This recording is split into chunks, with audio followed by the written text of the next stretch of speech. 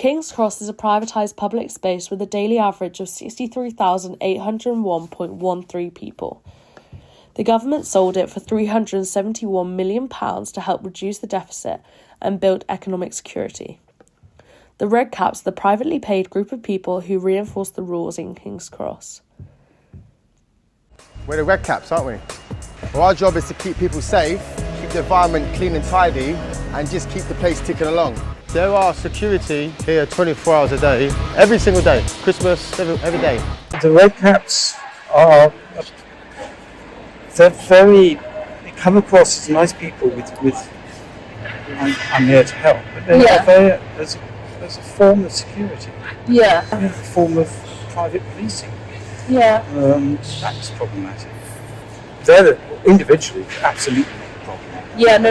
It's a system they're part of, which is probably more controlling than.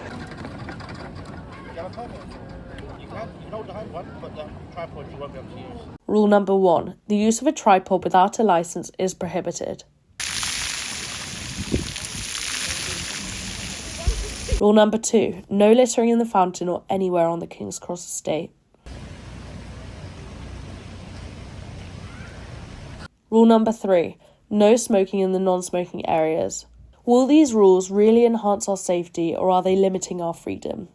Do you feel like it displaces or enhances its occupiers? If you are of a certain class and expectation, I think it probably serves that quite well. So for aspiring office workers who want to have aspirational cocktails at 5 o'clock, there's quite a lot of that. Yeah. If you're a student, there isn't very much. Yeah. Or if you are from the local estates, we're surrounded by some of the poorest estates in London. Yeah.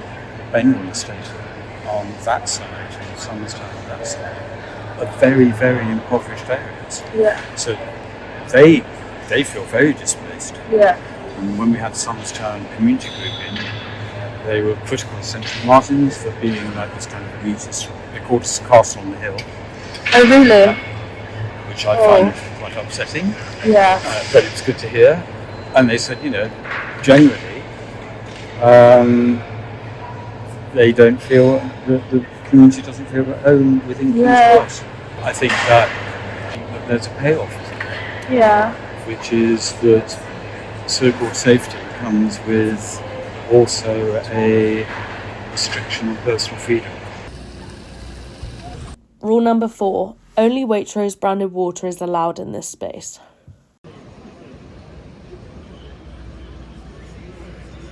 Rule number 5. Seating hours for public benches. Rule number 6. A grey-haired person is not tolerated in this space to keep the space hip and trendy. Are these rules true or not? Does this space make us more safe or less free to express ourselves? Who is designed in and who is designed out?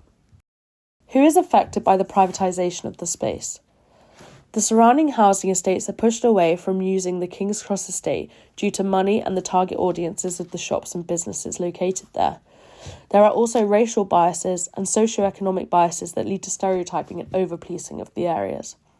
As an alternative solution for avoiding the privatisation of public lands, in 2006 the UK Commons Act attempted to ensure that commons were owned and managed collectively, with new mechanisms for registering commons and to establish collective local governance mechanisms.